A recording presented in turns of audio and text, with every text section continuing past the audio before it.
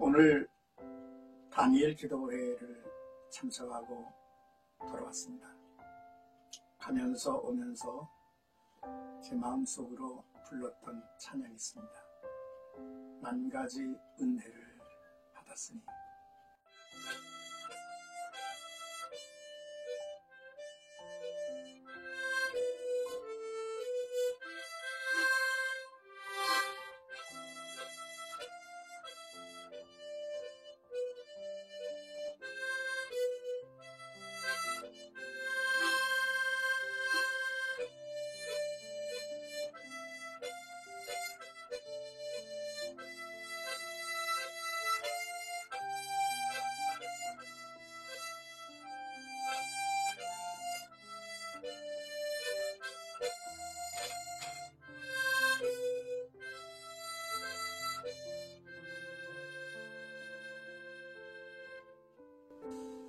매일매일의 삶의 고백이 하나님 주신 은혜 감사합니다.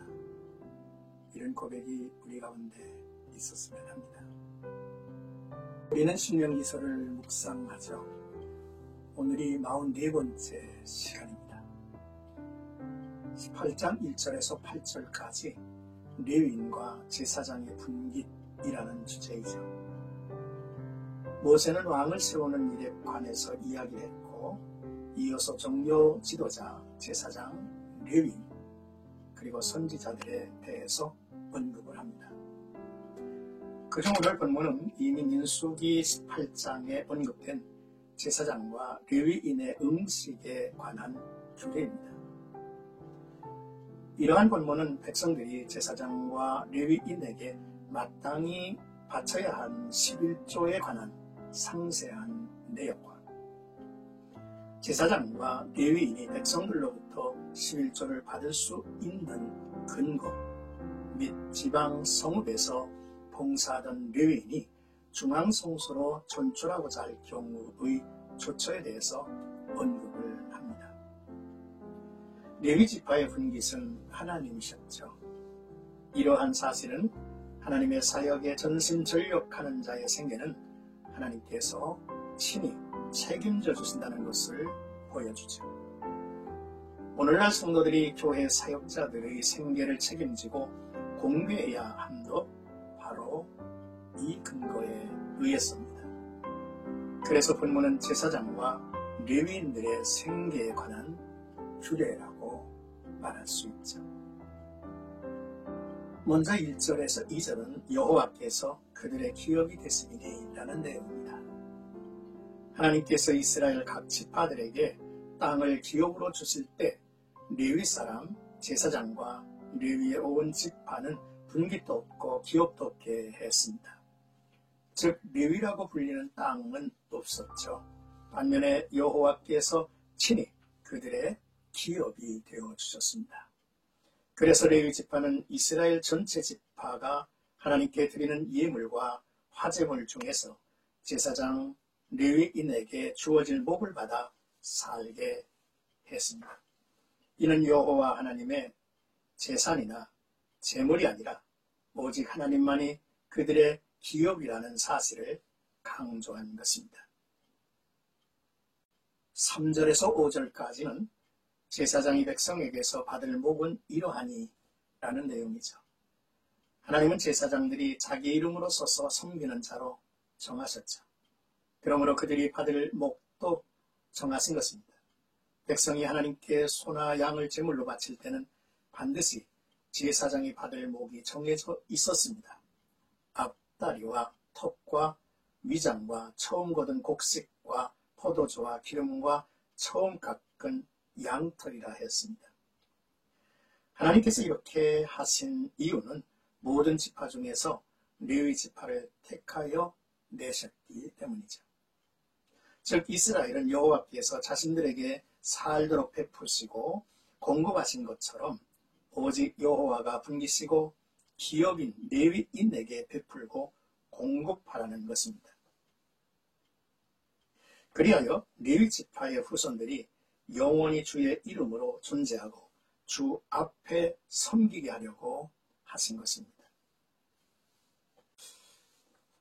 이제 6절에서 8절까지는 그가 사는 곳을 떠날지라도 여호와께서 택하신 곳에 이르면이라는 내용이죠. 레위 지파에 속한 레위인이나 제사장들은 성소뿐만 아니라 이스라엘 각지에 흩어져서 여호와의 이름으로 섬겼습니다.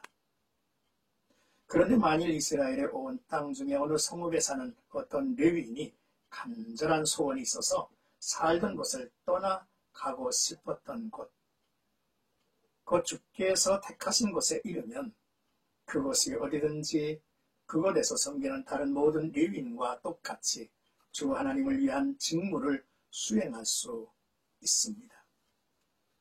혹 그가 조상에게서 물려받은 수입이 있다 하더라도 그것은 개인 소유이며 그곳의 다른 레위인과 똑같이 대우를 받아야 했습니다. 지방에서 봉사하는 레위인 중에 중앙 성소에 와서 봉사하기를 강력하게 열망하는 이들이 있죠.